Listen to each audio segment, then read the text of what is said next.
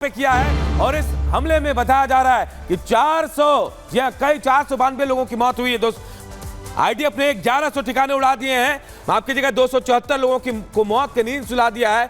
हमले में 1600 से ज्यादा लोग घायल बताए जा रहे हैं। खतरे को देखकर इजराइल ने इमरजेंसी का ऐलान कर दिया है। तो देखिए तस्वीरें हम आपको दिखा रहे हैं कैसे अटैक किया गया है इजराइल की तरफ से, ये हिजबुल्लाह पर, और साफ भी कर दिया है नेतन्याहू ने, इजराइल के प्रधानमंत्री ने, कि ये हमला लेबनान पर नहीं हिजबुल्लाह पर है और हिजबुल्लाह के खात्मे तक ऐसे हमले होते रहेंगे।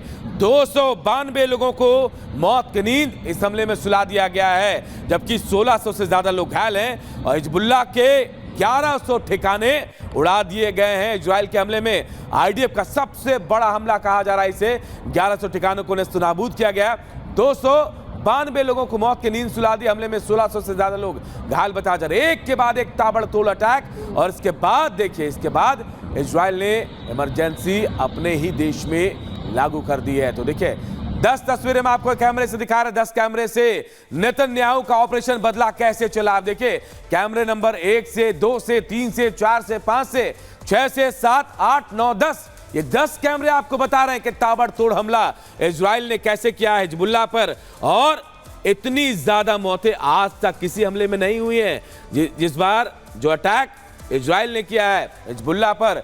और इसके बाद बकायदा वीडियो जारी करके नेतन्याहू ने साफ भी कर दिया कि ये हमला जो है, ये हमला लेबनान पर नहीं है, हिजबुल्लाह पर है, क्योंकि वो लेबनान के हर घर में आर्म छिपाए हुए, मिसाइल छिपाए हुए हैं, उनको नेस्तनाबूद करने के लिए हमला इजराइल की तरफ से किया गया है। और इसका मतलब ये नहीं कि दुश्मन लेबनान है। देखिए 5 तस्वीर आपको दिखा रहे हैं, कैमरा नंबर 1 2 3 4 5, कैसे लेबनान धुआं हो गया है। एक के बाद एक ताबड़तोड़ हमले इजराइल की तरफ से किए गए हैं। हिजबुल्लाह के तमाम जो ठिकाने थे उनको खत्म कर दिया गया है, नष्ट कर दिया गया है।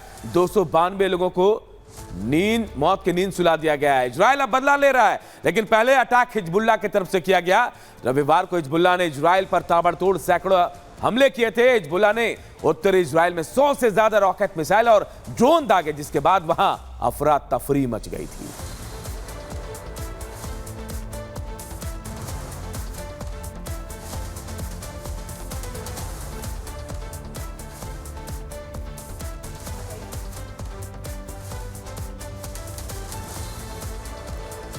तो देखिए इजराइल बदला ले रहा है, लेकिन शुरुआत पहले हिजबुल्लाह ने की। तो ये ताबड़तोड़ अटैक इजराइल की तरफ से किया गया, लेकिन अब पलटवार हिजबुल्लाह भी कर रहा है। इससे जुड़े एक रिपोर्ट आप सबको दिखाते हैं।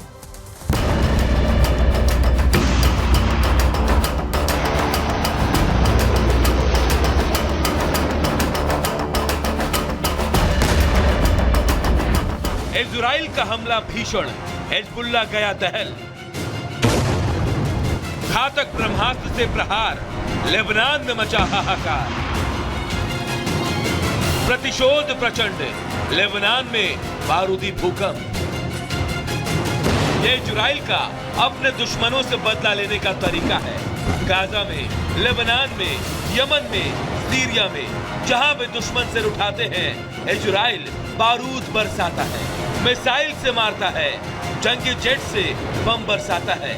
हाईटेक हथियारों से इजराइल अपने दुश्मनों को सबक सिखा रहा है। लगता है हिजबुल्लाह को हमास का साथ देना महंगा पड़ गया है। एक तरफ जहां खान यूनिस के कसाई या महासिनेवार की मौत की खबर के बीच गाजा की तख्ता खत्म होने के कगार पर है, तो दूसरी तरफ हिजबुल्लाह के ताबूत पर इजराइल ने आखिरी कील ठोकने की पूरी तैयारी कर ली है। जब सैकड़ों रॉकेट की गूंज पूरे विश्व में सुनाई दी, तो इजराइल ने हिजबुल्लाह के ठिकानों पर 18 साल में अब तक का सबसे भीषण हमला किया। साउथ लेबनान में एक साथ कई जगहों को टारगेट किया। हमले के बाद सिर्फ और सिर्फ धुएं का बादल नजर आया। हिजबुल्लाह ने इजराइल पर हमले की हिमाकत की, तो नेतन्याहू की ब्रिगेड ने भी उसको उसकी औकात बता दी। ताबड़तोड़ एयर स्ट्राइक हुई, जेट और ड्रोन से 1400 से ज्यादा मिसाइल और रॉकेट अटैक किए गए, जिसमें हिजबुल्लाह के 1100 ठिकानों को टारगेट कर अटैक किया गया। בוקר למבצע इजरायली डिफेंस फोर्स के जेट और ड्रोन ने हिजबुल्लाह के ठिकानों पर 1400 से ज्यादा हथियार दागे। आतंक के अड्डों को रॉकेट, मिसाइलों और ड्रोन से निशाना बनाया गया। हम हिजबुल्लाह के 20 साल के आतंक के साम्राज्य को खत्म कर रहे हैं। जब तक इजरायली लोग घर वापस नहीं आ जाते, तब तक हम ऑपरेशन जारी रखेंगे। इजराइल के दक्षिणी लेबनान में हमले से वहां के लोगों में अफरा तफरी मच गई। आवाम सड़क पर निकल आई। दक्षिणी लेबनान से भागने के लिए भगदड़ मच गई। भारी ट्रैफिक जाम की तस्वीरें सामने आई। लेबनानी पत्रकार ने अपने घर के पास मिसाइल हमले का वीडियो जारी किया। ये तब हुआ जब वो घर से प्रसारण कर रहा था। तभी आईडीएफ ने हमला किया और मिसाइल ने उसकी खिड़की को तोड़ दिया। हिजबुल्लाह पर इजराइल का यह काउंटर अटैक था, क्योंकि रविवार की रात हिजबुल्लाह ने इजराइल पर इतना बारूद बरसाया कि पहली बार इजराइल को भी मानना पड़ा कि हिजबुल्लाह के मिसाइल उसके इलाके में गिरे। रॉकेट कैसे छोड़े गए, इसका वीडियो जारी किया। इसके बाद नॉर्थ इजराइल में 140 से ज्यादा रॉकेट और ड्रोन दागे गए, जिनमें से कुछ को इजरायली आयरन डोम ने निष्क्रिय किया तो कुछ ने तबाही मचाई। Bureau report, Republic.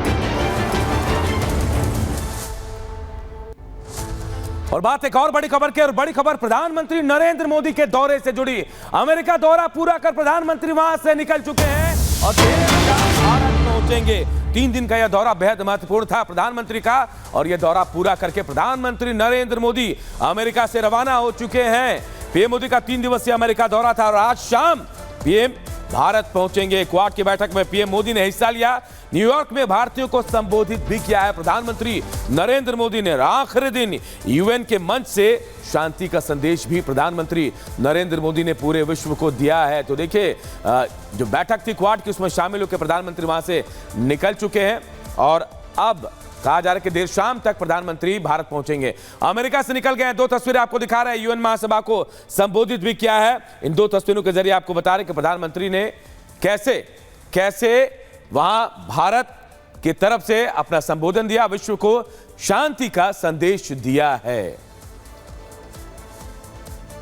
तो पीएम मोदी ने संयुक्त राष्ट्र संघ की जनरल असेंबली के समिट ऑफ द फ्यूचर को संबोधित किया। इस दौरान उन्होंने कहा कि मानवता की सफलता मिलकर काम करने में है, जंग के मैदान में नहीं।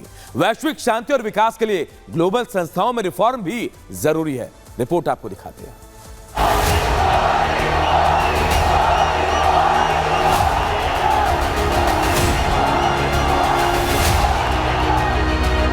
विदेशी धरती पर विश्व भर के दिग्गजों के बीच किस तरह कनेक्ट होना है, अंतर्राष्ट्रीय बैठकों में दुनिया को किस तरह संदेश देना है, देश की तरक्की का अपना विजन किस तरह समझाया जाता है, यह अगर किसी से सीखना है तो प्रधानमंत्री नरेंद्र मोदी से सीखे।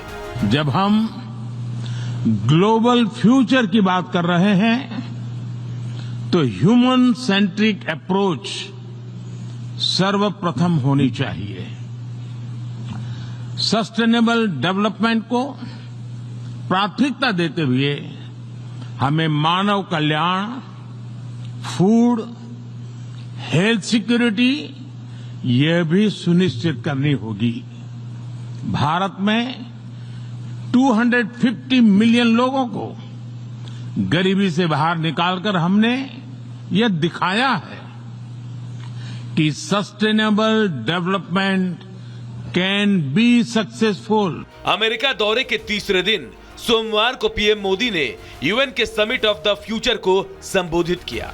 करीब 4 मिनट के भाषण में पीएम मोदी ने दुनिया के सुरक्षित भविष्य को लेकर भारत का पक्ष रखा। भारत के लिए one earth, one family, one future एक